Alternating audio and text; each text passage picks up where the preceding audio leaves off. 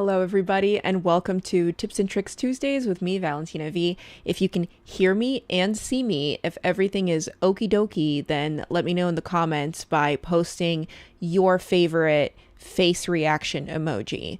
My favorite is the one that's like, it's like red with the little drip down the side, because life is exhausting, and that is my attitude always. I am so glad to see you. We are live streaming on the Adobe Care YouTube page and on the Adobe Video Facebook page. And this is week 27 of the live stream. Every single week, I bring you a new guest to chat with and a new lesson. Today's lesson is all about how to create effective behind the scenes videos. I don't know about you, but every time I post something on social media that's like some art that I made, nobody watches it. And then I post a behind the scenes video about it, and that gets 10 times more views. One might say behind the scenes is even more important than the scenes themselves. Today I also have a special guest with me. I have a friend of mine, a great friend, Benjamin von Wong, who's going to be joining me.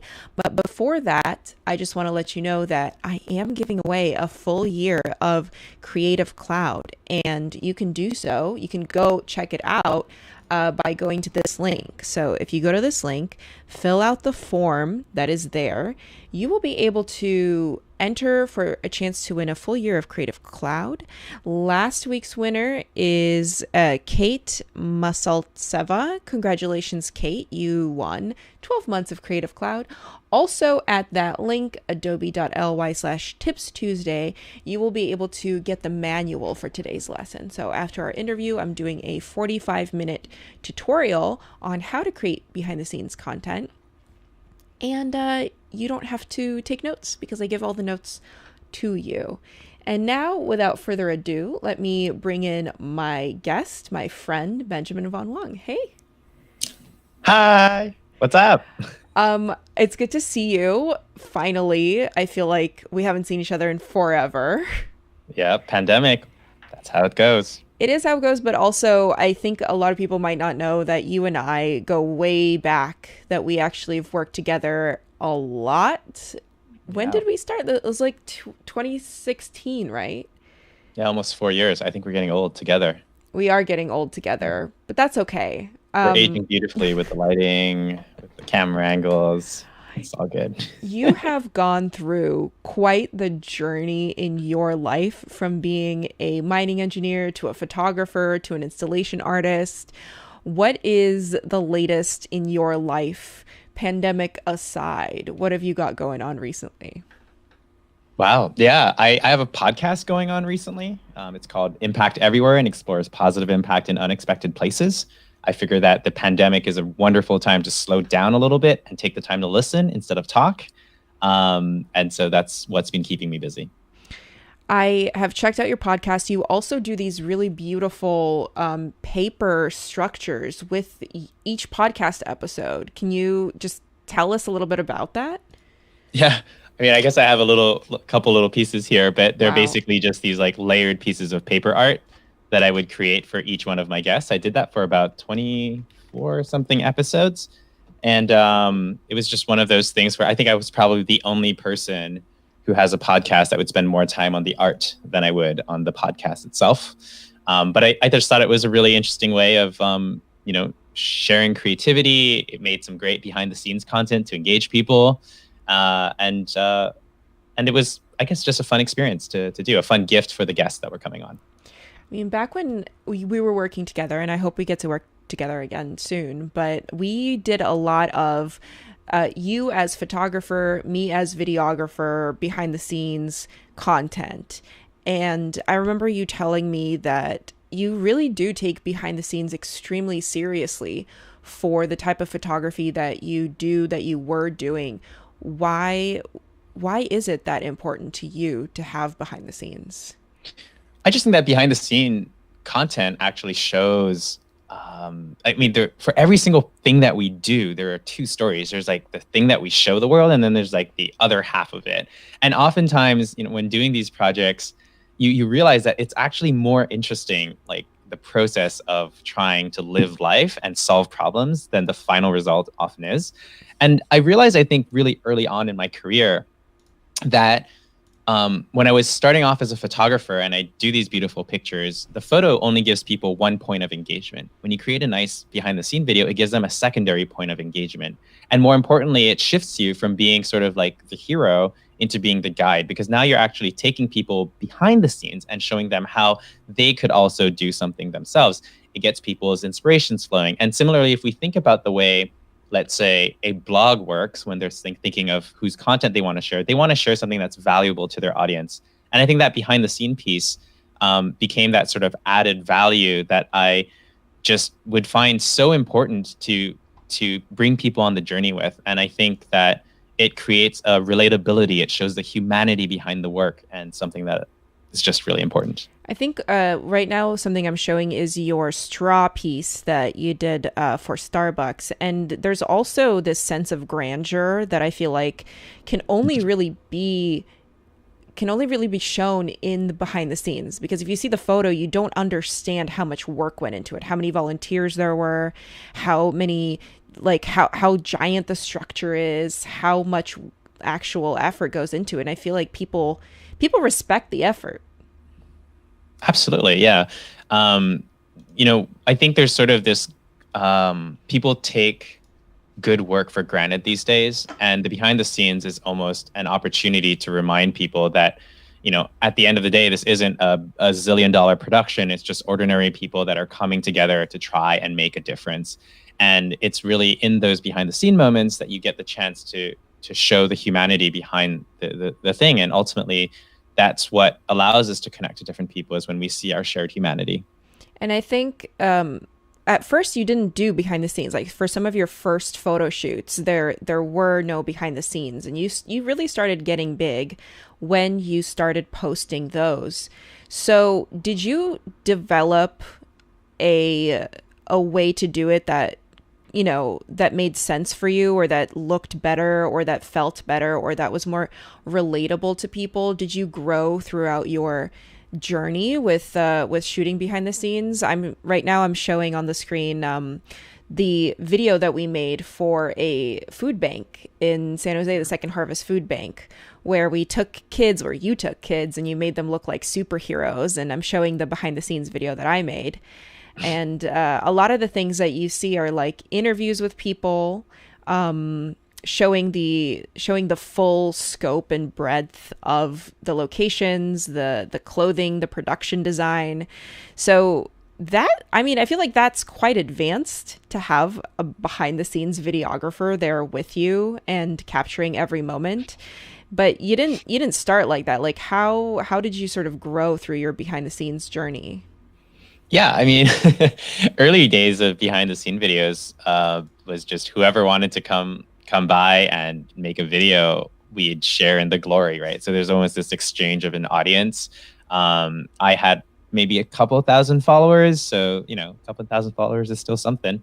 This idea of cross-pollinating between different audiences. Over time, as I started building sort of relationships with blogs, I could at least guarantee a certain amount of visibility. But the struggle was that there was like a large amount of inconsistency in my work, because it really depended on who would come and who would film and what the narrative would be. And so over time, I think there was just like, I sort of learned how to edit videos myself, because there was just this desire to like control the story. I think, when creating a behind the scene video, it's really about the audience. Like, who are you creating for, and how is the person that is watching it going to be able to grow and be inspired or learn something as a result. And the interesting thing is, I think I would meet a lot of videographers that knew how to capture beautiful stuff, but not all of them knew how to tell a good story, and not all of them knew how to like really capture people's attention and draw them in. And that's really the secret sauce, because it doesn't, like, doing something that is actually beautiful is almost less important than making sure that you're going to be sucking people into that adventure in the first place. And that's why I think like all the TikToks and Instagrams are like really blowing up, when they're oftentimes really janky in terms of actual video production quality, but they have great stories to them. They have great hooks, and they really captivate people.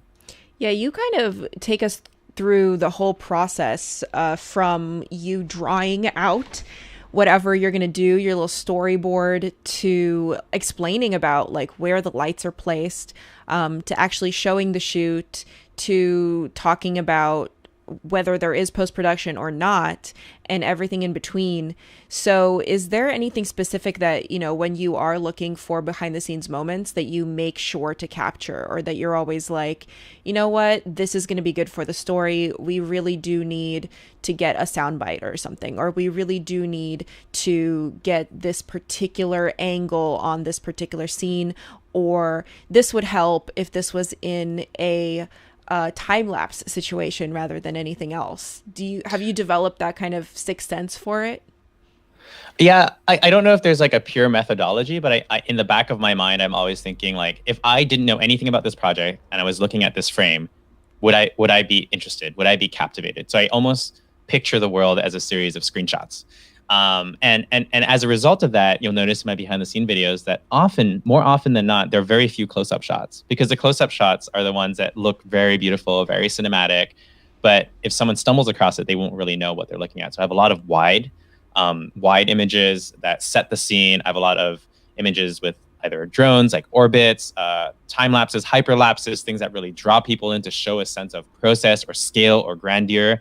But they're often wider than most, and it stays wide for the most part. We think a lot about movement, about camera angles, like how do you hold people's attentions, and how are you transitioning them through different moments and times. So I think I guess when we would work together, every day there'd be this sort of conversation, which is like, so like what were the cool moments, or which are the elements of a story that you think would be missing, and maybe the simplest way to think about it is, those Facebook videos with behind the scenes, but they're just a series of captions. Yeah. It's like, how would you summarize your entire story in 10 sentences? And do you have images for each one of those 10 sentences? And hopefully each one of those sentences revealed something unique and interesting about the process and the project. Yeah, I just showed the video that we did in Greece with the ocean full of plastics, and that one was quite difficult actually to shoot because we were shooting And in we lost a the drone. and we lost the drone, but we were shooting in the open ocean.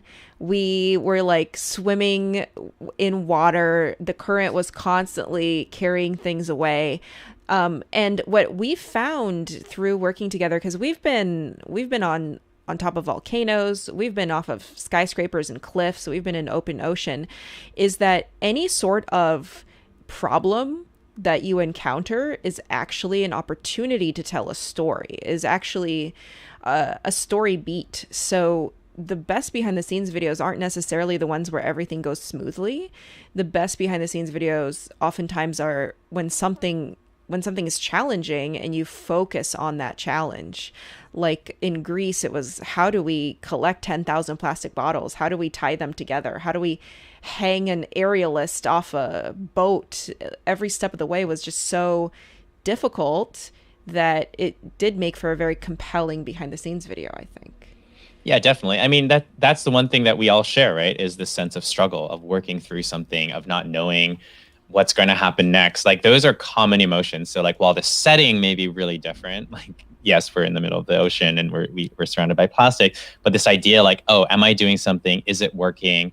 What have I done wrong? What could I do better? Like, oh my gosh, this person didn't show up. What do we do from here? Like, those moments, and seeing people working through trials and tribulations, I think is where like inspiration comes from, right? Like, if it was easy and completely effortless for people to go through this process, then there's no shared humanity. Once again, the things that we share in common are really the sense of struggle and problem solving. We also often talk about, when you and I create behind the scenes videos, we spend hours talking about, how do we write the voiceover? How do we convey what we need to convey in the shortest amount of time possible, in the clearest way possible, while not overwhelming the viewer? Because a lot of times these concepts, like right now I'm showing the Dell plastics, the Dell electronic waste video that we did. We're talking about electronic waste recycling through a program that you have to get online for and all this stuff. And it's like, there, you kind of want to just wow them with the image and wow them with the process while at the same time delivering useful information, because you're working for a company and you're working for for a brand. So is there a an approach you take when you are writing the video in post-production or in pre-production or during production? Is there an approach you take for how do I convey that message in the absolute most clear and concise way? Yeah, I mean, I really like to use statistics because I think those always hit home very quickly. But the ratio in general, so I do a lot of activism work, as you know, but for the listeners here, all my climate activism, my environmental activism, like these are topics that, frankly, no, like we might want to hear about, but we really don't want to hear about it because it's just sort of depressing. And so I try to wrap that depressingness inside of something that's very exciting and adventurous and fun. And so I almost think it's like 85% entertainment and 15% education. So I think that ratio is something that I try to do. The other thing is, at the end of the day, I think also thinking about what you want, where you want people's energies to go. So there's always this sort of like idea of a call to action. So why are you creating this video? What do you want people to do? You don't like, the purpose of the video is not to talk about why you're awesome or why the world is screwed. The purpose of the video is to empower the person who's watching it to feel like, oh, I can do something about this, or maybe I could change my own habits, or maybe I could get a company to do something differently. Like if these people over here who who don't seem to be that different from me, except that they're a little bit crazy, are able to do something, maybe I can also feel empowered to do something too. And kind of in that idea of drawing a relationship with people, will often do stuff more difficult in order to make it more relatable. So I think in this project that you're showing right now with the mermaids on 10,000 plastic bottles, we ended up using plywood and pulleys and rope to hang our camera. And it's like, obviously we could have used like a big ass fancy C-stand or a boom arm that would have been far more effective. But we chose to do that. We talked about how we got a television from Costco, and we borrowed it, and then we returned it because we couldn't afford to just buy a large television, as we were trying to control the camera. And so it's those kind of little moments that I'm like, oh, I think an ordinary person would find this kind of interesting. I think this would be relatable to someone. And so looking for those little points and then weaving it into that story of like, okay, this is why it matters to you, or this is your personal impact on the planet. Yeah, I think you do a really good job of making it still relatable to people, and show that goes down to like everything you do, from how you're editing the video to how you're shooting the video to even the materials that you're using to convey the story. We've had long discussions about, do we do interviews in a selfie style? Do we do interviews with a long lens? And we kind of landed on it depends on where you're posting, right? If you're posting on YouTube, for example, people really just want to be entertained. People want that like cult of personality. So having a more, selfie angle kind of thing is so much more relatable than making it look professional. And like, like this, like right now. yeah, for sure. Like this is static, right? And oftentimes we'll always shoot way more than we actually need to, just in case. And so that's something that I'm very guilty of, where I'm always worried that we won't have enough, and so it ends up being hard drives full of stuff that we'll never ever use. But just in case, you never know. I tend to like overshoot, but yeah, it's definitely. I find it really difficult to code switch from like the person trying to actually do the project and then the story that you want to tell, because there's a sort of like two different states that you have to kind of toggle between. But that's why I think it's really fun to have someone to collaborate with, because that's a person that can sort of be the third party looking over and being like, oh, have you thought of doing this? Why don't, like, I know you're struggling right now. Tell me what you're thinking. And you're just there and you're like, I really don't want to be on camera right now because I'm trying to figure out if this project is even going to work. But you still kind of have to push through those. And then those invariably end up being like those moments of gold. Yeah, I think overall it's probably best to, when you are shooting some sort of BTS video, think about how that BTS video is going to come together before you finish your project, because there's little things that while you're on set or while you're doing the project are good to get, no matter what you're doing, whether it's a photography video and you want to literally get a shot of the camera that you're using, or a shot of the materials that you're using, or of the makeup that's being applied, to if it's like a craft video and you want to show all of the craft tools that you're using, or you're chasing not volcanoes, you're chasing help storms, and you want to like maybe do a comparison of the different types of storms or whatever. Like, it's good to have as much footage as possible. I am definitely on your side, and I think editors are very appreciative when they have more footage rather than less, especially if that footage is in slow motion, especially if they have the opportunity to slow it down, or the opportunity to have the same action from different angles. It's always super helpful. I wish I could keep talking to you forever, but I have to teach a tutorial now. So I appreciate you being here. If people want to go look at your work and stay up to date with you, where can they do that? They just Google Von Wong, VonWong, and you can find me, well, on Google, but then from there you can find Facebook, Instagram, YouTube, basically anything. I don't post as much these days, but hopefully I'm going to start getting back to experimenting in the near future.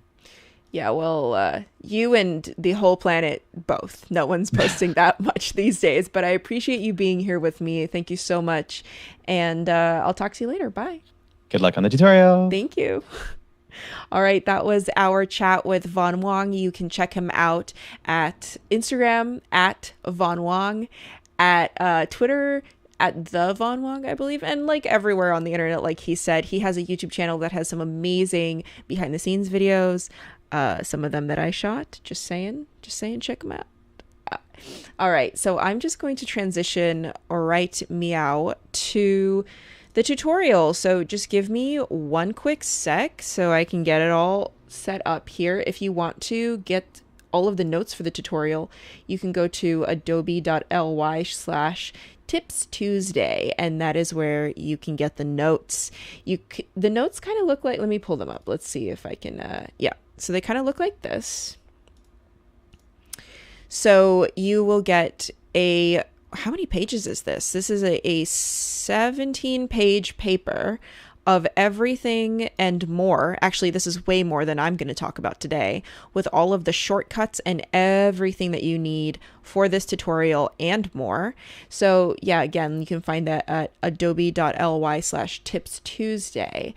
And on the first page of that piece of paper, of that PDF, what you're going to find is my Valentina Vee, my preferred workflow.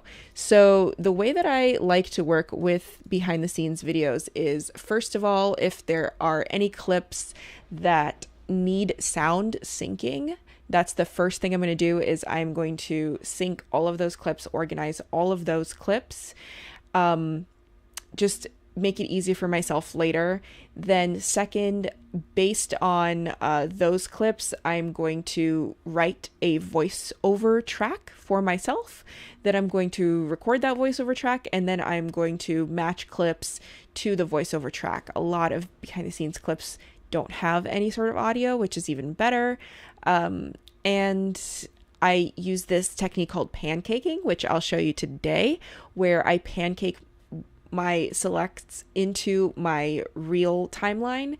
And I basically work in non-destructive steps, meaning that every step I do, I create a new sequence, or I duplicate my sequence in order to save that step so I can always go back to it later. It's called non-destructive editing, and it is in order for your editing to not be always, to always be changing, so you can always go back to it, basically. So let me just open this real quick and show you what I'm talking about. Okay, so here we go. You should be able to see my screen and my mouse now. Let me know if you can see both my screen and my mouse. I should be able to zoom in and right on my screen. Cool, everything's good. All right, so here I am. I shot a fake beverage commercial, And here are my folders for now. I have a footage bin, an audio bin, and a sequences bin. Inside of the footage bin, I have a few other folders. These are the cameras that I shot on, right? The 1DX is the behind the scenes camera. The Blackmagic, this is the actual camera I was shooting the footage on. The EOS R is the camera that I did a full tutorial with that we're not using today. And then the iPhone is just some clips I recorded on my phone that we're also going to use. So we're basically only using the 1DX, the actual footage from the camera. We're not using this at all. And we're using the iPhone clips. So let's go into the 1DX footage. We will double click it. And that is in its own folder. We'll double click that folder. And now we have all this footage down here. In order to see it a little bit better, I am going to press the tilde key on the top left of the keyboard to just make this screen bigger so that we can see all of the footage here. And one thing that I noticed right away is that the footage itself was recorded in 59.94 frames per second. Okay, that's like rounded up to 60, which means that it is in slow motion, which is perfect. That's exactly what you need for behind the scenes videos. However, I'm going to press the tilde key to make that smaller again. However, when I play it back, when I double click on it and I try to play it back, it plays back like this. So it's not in slow motion. So how do we make it in slow motion?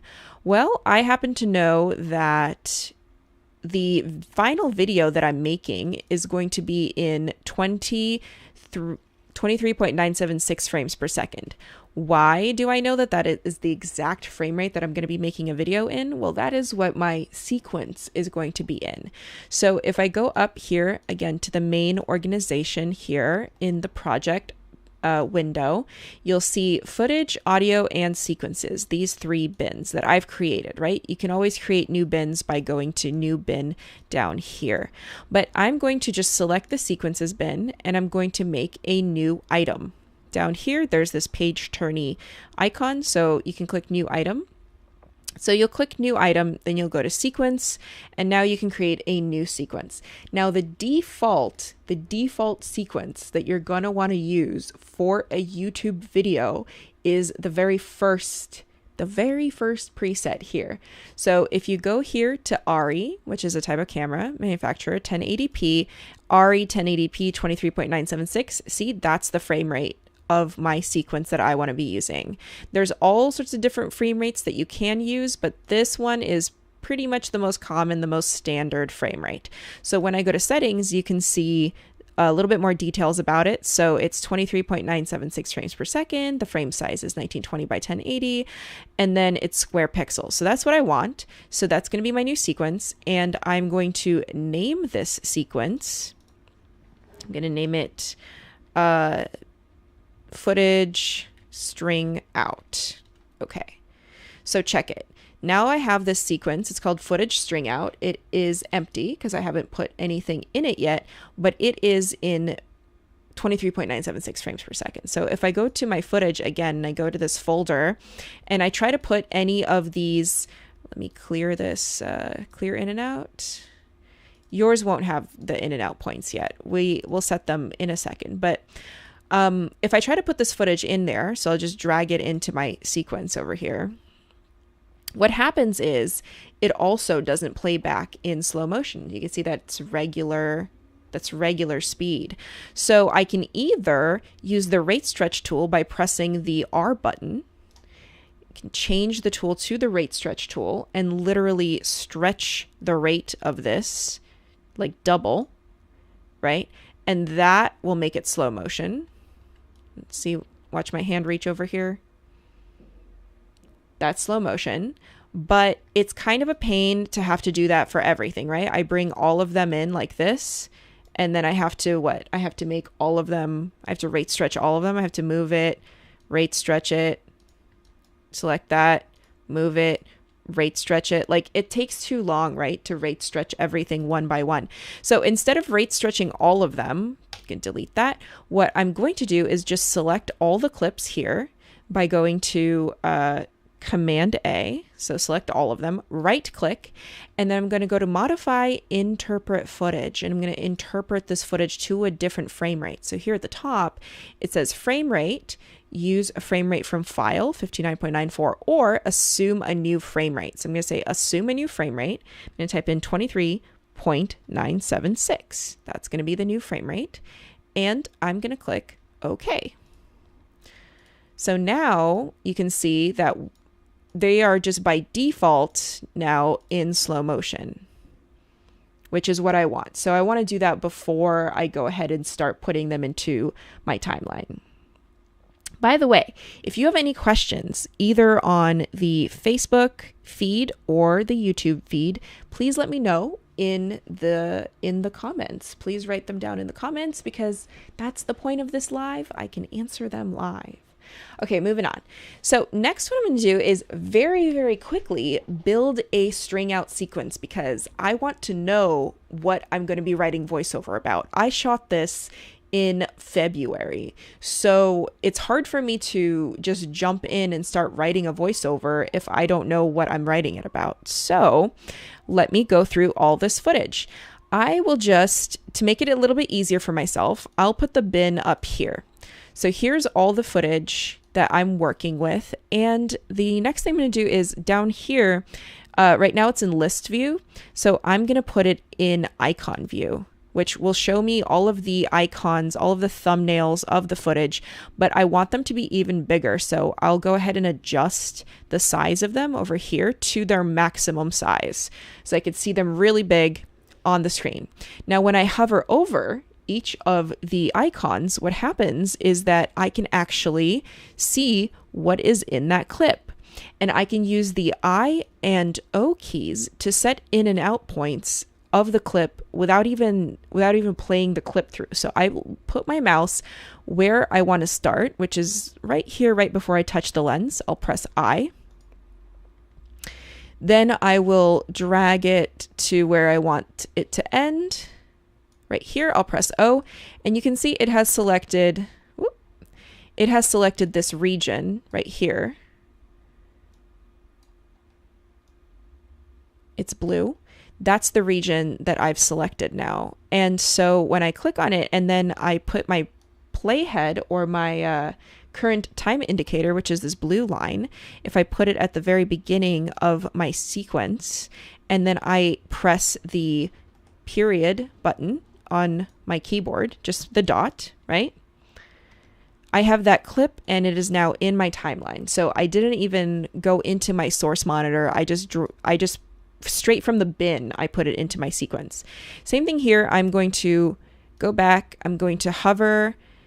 I'm going to start with right when he is out of frame. I'm going to press I. I'm going to go to where he is right before he kind of looks in the back right there when he's about to plug the light in. I'm going to press O. Then I'm going to select that and press period. And I'll go through again. I'll go to the next one here.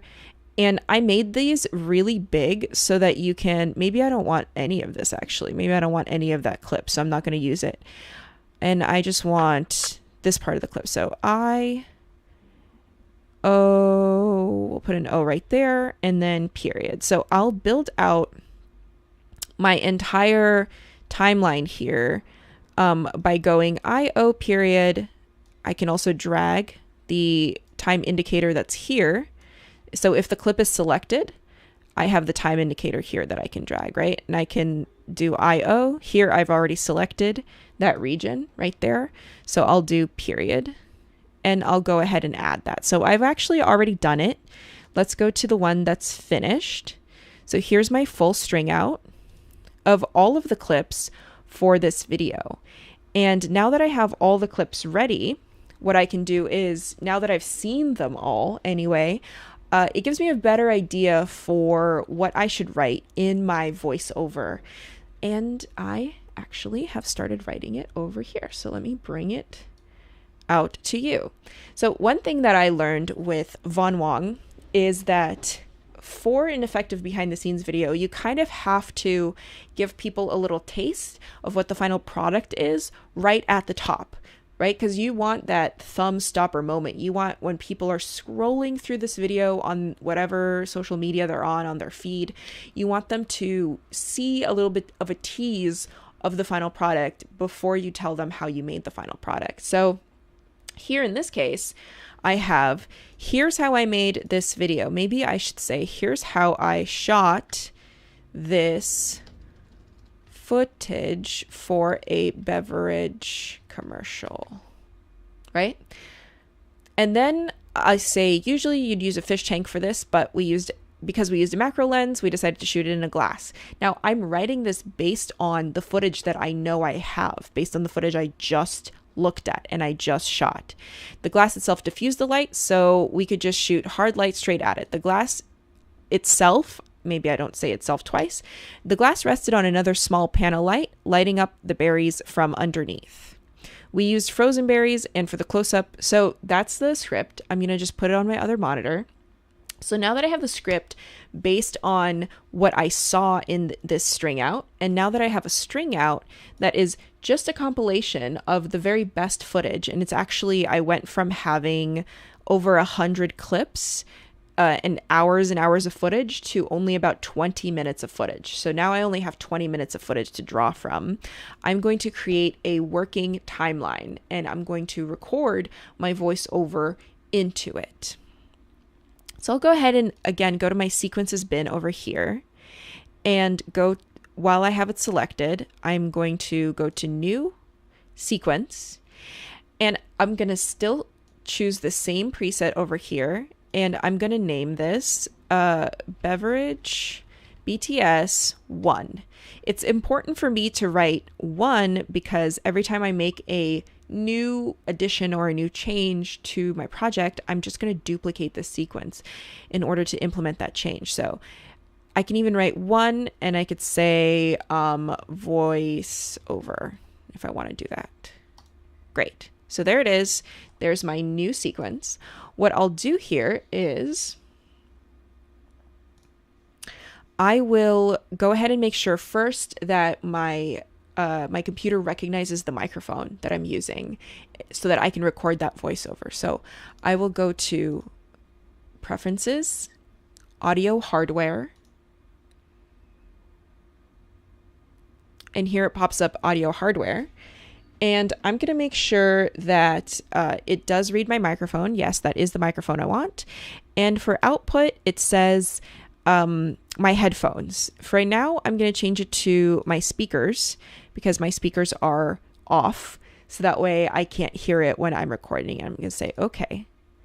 So then I'm going to go to my my tracks down here. And what I want is actually, I want to leave the first audio track. I want to leave it empty for now, because that's where any sort of possible audio from the actual clips will go. So I'm going to put my voiceover on track 2. Then I'm going to put any sort of effects on track 3. And then I'm going to put music on track 4. So I'm going to press the voiceover record button over here. As soon as I press it, it's going to give me a countdown, and then I can start recording my voiceover. So let me pull up my script over here. Brett asks, do you have to map the period key first? Brett, you do not have to map it. That key is already there for you. And in fact, if you forget, it is actually right here, the shortcuts. So the period is the overwrite and the comma is the insert. But when they are at the end of a clip, they work the same exact way. So here we go. I'm going to start recording oh, you can't see it. Sorry. One more time. Sometimes I forget to flip over to the screen. What I was saying was that the period and the comma are actually they're already there for you. So they're right here actually. So you don't have to press period or comma. You can always just press these buttons. This is the periods. This is for overwrite, and this is the comma. This is for insert. And they are right here at the bottom of your source window. So if you wanted to, let's say, put one of these clips on this timeline right here, or this section of this clip on this timeline, you could just press this button, or you could press this button. Both of them work the same way. At least when you're at the end of a clip. You can continue putting more clips there if you wanted to. Okay, but right now we're recording voiceover. So let's do that. I'll put my playhead at the beginning because it'll start recording wherever the playhead is. I'll press the record button, and here we go. Here's how I shot this footage for a beverage commercial. Usually you'd use a fish tank for this, but because we had a macro lens, we decided to Usually you'd use a fish tank for this, but because we used a macro lens, we decided to shoot it in a glass. The glass itself diffused the light, so we could just shoot hard light straight at it. The glass rested on another small panel light, lighting up the berries from underneath. We used frozen berries, and for the close-up, we only had a few seconds of time in between when the berries were unfrozen enough to sink slightly, and the water wouldn't get all mucked up with berry pieces. The back wasn't a blue paper backdrop, but actually a big RGB light that's pointed at a white roll of seamless paper. And I'll press stop. So you can see that now this is all here. And I started it twice, so I will just clean up this voiceover a little bit because I had a repetition in there. So what I'll do is I'll put this back in my headphones. So I'll go to Preferences, Audio Hardware, and I'll make sure that this output is back in my headphones so that I can hear it. Here we go. Here's how I shot this footage for a beverage commercial. So I'll press Command K to slice it here, Command K. I already know I'm going to get rid of this false take and this false take and start it right here, I think. Usually you'd use a, so I'm going to put my playhead right here and I'm going to press Q and that's going to trim that.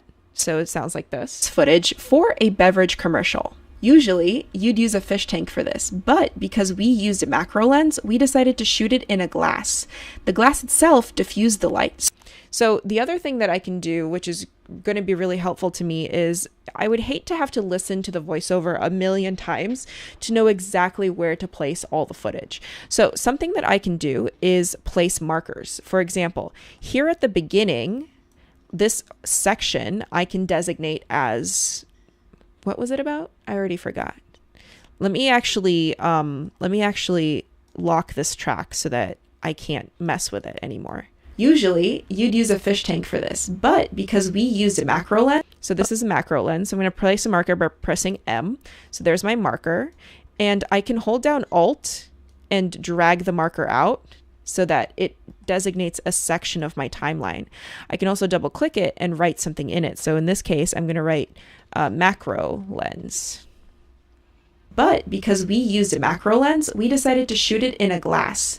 The glass itself diffused the light, so we could just shoot hard light straight at it. So that's the glass and the light. I'll do the same thing. I'll press M. I'll use Alt to drag it out, double click, and this one is glass and light. Light straight at it. The glass rested on another small panel light, lighting up the berries. And then the last one I'll do is the small panel light. Now this is an extra step. You don't have to do this if you don't want to, but I don't want to have to listen to myself talk every time I want to put a new clip in, just for the sake of this tutorial. So here I know that I'm going to put shots of the macro lens over here where the green is. The glass and the light I'm going to put where this blue is, and the small panel I'm going to put over here. Cool. So one sec, let's see here. You can also go to the markers menu right here, and there is a couple of options for markers. In this case, I'm just kind of looking at ripple sequence markers or not ripple sequence markers and what that is going to do. So if I'm not rippling sequence markers, for example, and I wanted to get rid of this first clip right here. So I'm going to ripple delete it by going to right click, ripple delete. You can see that all of these markers remain on the timeline in the same exact place where they were before. So let me undo that. But if I go over here to markers and I select ripple sequence markers, so now, So now I'm just making sure that it's selected right here, ripple sequence markers. And then I delete this by going to right click, ripple delete, or I can just go to Command D. You can see that those markers rippled forward and they kind of stayed with the timing of my voiceover. So that's something cool that you can watch out for when you're doing markers on your timeline.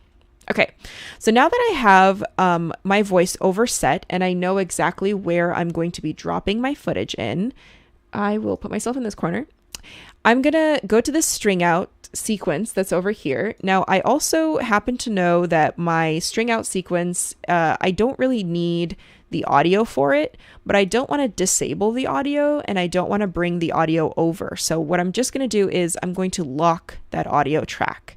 So that way I can't actually access any of the audio when I drag it over. I'm going to make that really tiny because I don't need it. And then I'm going to take my beverage BTS1 voiceover sequence and put it underneath the other one. So pancake them on top of each other. So I have all of my footage that I'm trying to work with here, and then this is where I'm going to put it.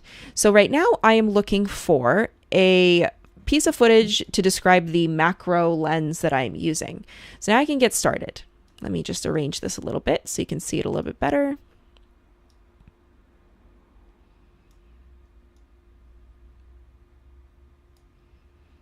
Again, if you have any questions, let me know. So this is not the macro lens. This is the probe lens. So that's not the one that I want. So I'm going to keep going until I see a shot of the macro lens that I want. And if there isn't a shot, I can always go back and include it. Looks like I might not have actually put one in, which is fine.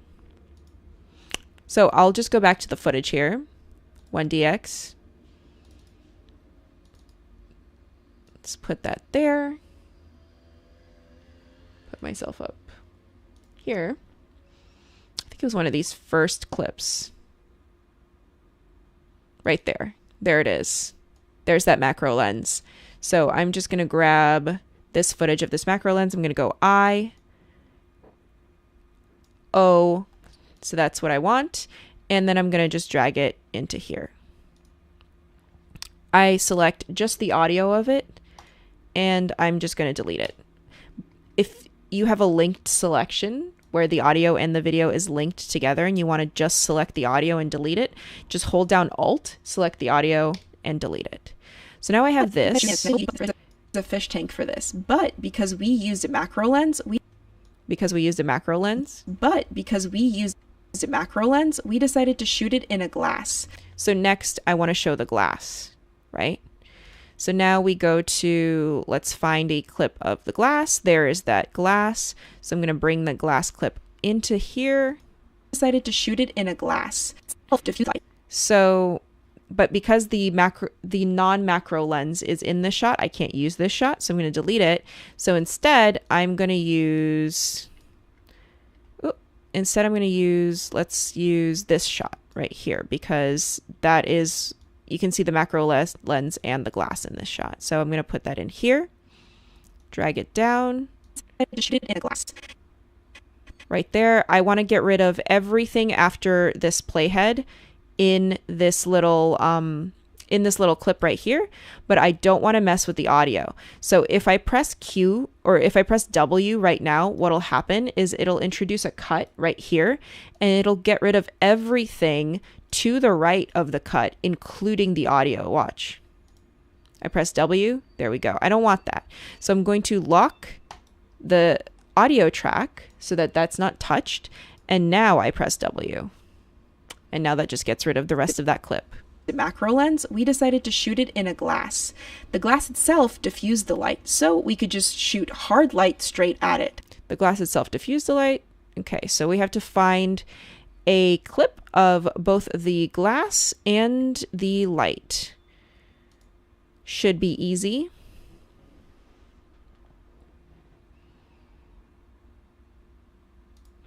The cool thing is that you can see all of the thumbnails for each clip up here. So we can grab, let's see, we can grab this clip. glass itself diffused the light. So I'm going to press W, and that is showing us this clip of the glass itself diffusing the light. However, it's not the part of the clip that I want. What do I mean by that? I mean, I want to use the part of this clip that has the person touching the berry. But right now, the part of this clip that is showing is right before he touches the berry. And you can also hear me as I'm scrubbing through the timeline. So let's turn that off. We'll go to preferences, we'll go to audio, and we will deselect play audio while scrubbing. So now you can't hear the audio as I'm scrubbing. So what we want is we want the piece of this clip where he is touching the berry. So we're going to use the Y tool. Y. It is also over here. Is also over here. If you forget, it's the slip tool. And as we press it and hold and slip right to left, it'll show us where the beginning of that clip is and where the end of that clip is. So we can find a new beginning for it and a new end. So we can select just the part where he is touching the berry. Let's go right there. There it is. So that allows us to keep the beginning, that allows us to keep the beginning and the end of that clip in the same spot while we change the content that's inside of it. Shoot it in a glass. The glass itself diffused the light, so we could just shoot hard light straight at it. So we just need a clip of me setting up a hard light, which I'm sure there's plenty. Let's see here. I feel like there were some here that I didn't include in the string out. So let me go back to, let's find this clip right here. This one. Let's go right click, reveal in project. There it is. And let's go to, let's try to find a clip of me holding that light. Because I know there were, because I saw them when I was compiling this, which is why I wrote the voiceover in a way where you see where I talk about handling the light and you see me handling the light. There it is. So I'll drag that over in here. Let me go to the part where I kind of start messing with the light, and then I'll press Q. Glass itself diffused the light, so we could just shoot hard light straight at it. Perfect. The glass rested on another small panel light, lighting up the berries from underneath. So I don't think I actually have a shot of that small panel light, but what I do have is, maybe I do. Let's go into the EOS R footage. This is footage that I don't actually, it's not behind the scenes footage, it's footage of me explaining things as I walk through the set, but I think there is a clip in there of the light that the glass is on, perhaps, maybe. The thing about behind the scenes is maybe you didn't get everything. And, oh, there it is. So here I am explaining that the glass is on top of, oh, can't see it because I need to put myself. So here I am explaining that the glass is on top of another light. You can see it here a little bit more clearly. The glass here is on top of a light. So I can use this footage. Even though I'm talking and I'm talking straight to camera, we can maybe zoom in or do some sort of funky thing to make it look like this is behind the scenes footage.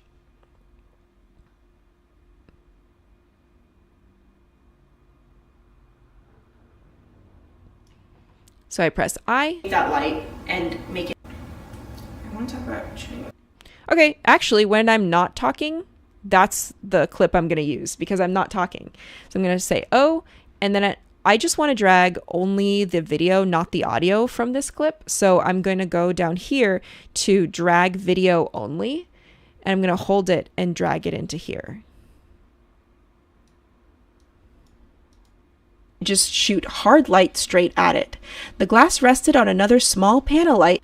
And you can see this clip that we recorded right here, it was in 4K. So it's actually, if I go over here to 10% and I click on it and I go to Effect Controls, select the motion, you can see that the size of the clip is way bigger than the sequence that we are using, which means I can reframe myself entirely out of it. So I'll just adjust it in a way where you don't see me, but you do see the panel light that's going on underneath the glass.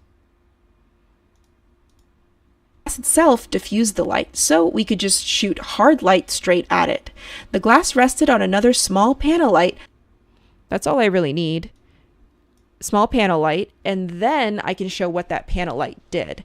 So I'll go over here to my footage, and I know that it's in this Blackmagic folder. I'll look at the, this is all from like a previous setup. Let's see. I can just delete actually most of this footage because this is from a previous commercial. Delete all of that. So let's go to where we did our little breakdown so we can show the difference. Here we go. So there's the difference before and after, before and after. So I'll go to here, I'll press I. I'll go to here, I'll press O. So you can see the before and after that's happening with the little panel light. And then I'll bring that in to here. Sit on another small panel light, lighting up the berries from underneath. So let's do that. Panel light, lighting up the berries from underneath. Great. Lighting up the berries from underneath. So let's just say that we have done this entire video. The next thing that we want to do is add some sort of highlighty effects, some to emphasize what we are pointing to, what we are getting at. I'm going to save that. So let's do that. Let's go back to the beginning here. And the first thing that we want to do is emphasize that this is the lens, right? We want to say that this is the lens that we are working with, the macro lens. So I will go to my Essential Graphics window. So I'll go to Window and I'll go to Essential Graphics, and that'll pull up my Essential Graphics window. Now, I have created this, this template myself. It's not available in stock templates, but I have created it on another one of these streams. This was the stream about creating stock templates. So I'll do the arrows for TikTok template. Let's see here. Let's see what that looks like. Do I have? Yes. So this is what this template looks like that I created. But because we use, all right, so it's like an arrow that grows and it has some text underneath. So what I can do is, first of all, let's make the whole thing a little bit smaller. So I'll go to Effect Controls and I'll go to Scale. I'll make the whole thing a little bit smaller and I'll move it to the side. There we go. Instead of text goes here, I will write, you know, what that actual text is. So I'll write macro lens. There we go. I can position the text a little bit closer, or I can actually maybe position it over here. So let's try that. If I go to arrow rotation, I can rotate the arrow any way I want. So I can rotate it to there. Yeah. And then I can move the text position over here and then over, let's see, arrow position, move the arrow over here. Cool. And then I move the whole thing over. There we go. Macro lens. Let's move the text down. See what that looks like? But because we used a macro lens, there we go.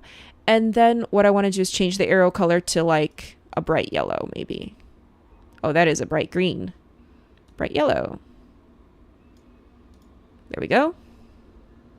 we used a macro lens, we decided to shoot it in a glass. The glass itself diffused the light, so we could just shoot hard light straight at it. The glass rested on another small panel. So now we want to emphasize the small panel light, and we want to do it a different way. We don't want to use the arrow. So let's use another graphics template, one that is available for everyone in the Adobe Stock Store, one that I created myself. So if you go to Browse, Adobe Stock, Free, and then just type in my name, Valentina. Oh, it doesn't have it. Great. Let's uncheck Free. It should have it. No matching results. Maybe I'm not connected to the internet. It's called Floating Shapes Title, so let's look for that. I should be connected to the internet because I'm live streaming from the internet right now. Maybe they took it off the store. That would be funny if they did. Floating Shapes. There it is. Floating Shapes Title, available for free in the Adobe Stock Store inside of Premiere Pro. So I'll go ahead and bring that in. And this is what it looks like by default. Another small panel light. Okay, so it's like, it drops down like this, and it has words in it, and it's a different color. Let's change it. So first of all, let's cut it to what it needs to be. Second of all, let's go over here. Let's get rid of the words so that it's a circle. Then we will change the animation style from 3. We will change it to, let's do 1. What does 1 look like? Yeah, 1 is where it just draws on itself. It's rested on a... Perfect. I want it to be yellow, so we'll make the shape line color bright yellow. Again, the same kind of yellow. We want it to be more wide, so more like an oval. We want it to be smaller. We're going to adjust it, move it around. So see, you can use this template for anything. And then we're going to change the stroke width to something really wide. Maybe then let's make the whole thing a little bit bigger. There we go. So now this is what it looks like. The glass rested on another small panel light. Now you can see that it kind of, it lands on this panel at the beginning, but then as the camera shifts, so does the panel, right? So this circle is no longer covering the whole thing. So what we can do is we can put a little keyframe on it. So the circle's good for now right there, and then it starts kind of moving out of frame there. So right here we will select that clip. We will go over to position. We will toggle on the position keyframe.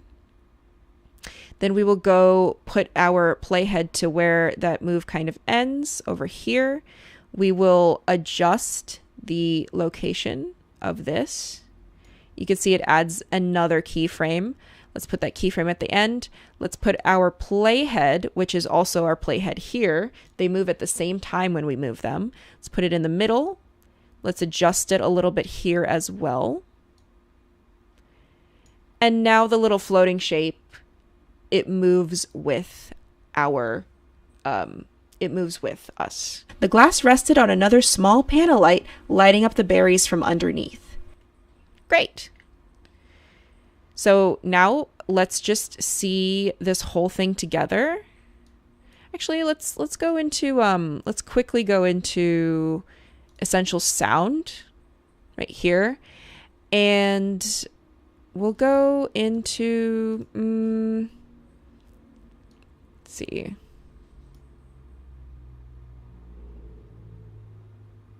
No. Well, we won't do music for this one, but I have music in other tutorials that I've done. So let's just see this whole sequence put together. Let's render it. So we're going to place our playhead right here to the very beginning of where we started this little mini sequence that we built by going up and down on our keyboard. That will just put our playhead right at the edge there. We're going to press I to select the beginning of it. We're going to go to the end here. We're going to press O to just select this little section. We're going to render that little section by going to Sequence, Render into Out. And then we're going to play it. So let's go to the beginning of it. Let's make it full screen here by selecting this and then pressing the tilde key, top left of the keyboard. And I'm going to also select the loop playback tool so that we can loop the playback over and over. But because we used a macro lens, we decided to shoot it in a glass. The glass itself diffused the light, so we could just shoot hard light straight at it. The glass rested on another small panel light, lighting up the berries from underneath. But because we used a macro lens, we decided to shoot it in a glass. The glass itself diffused the light, so we could just shoot hard light straight at it. The glass rested on another small panel light, lighting up the berries from underneath. And there you have it, how to edit a behind the scenes video. The next steps here would be to just finish the rest of the video, which would be super easy. You can see I already did around like 15 seconds of it really quickly now that I have had that string out, and just add some music. I would also add some sort of effects as far as every time that there's some sort of graphic, maybe some sort of like pop or some sort of swish, just to land that graphic perfectly in place. And then you can export that and have yourself an amazing behind the scenes video. If you want to check out the behind the scenes video that I'm making currently for you right now, I'm actually going to continue making it and then upload it to both Instagram and TikTok. If you want to keep up with me, my Instagram is Valentina Vee. Well, no, sorry, my Instagram is valentina.v. My Twitter is Valentina Vee, and I just released a music video called Head Ass by Open Mike Eagle that you can watch on his YouTube page. Until next week, which is actually the final week of Tips and Tricks Tuesdays, where I will be showing you my go-to multicam editing workflow. I'll see ya. Bye, everybody.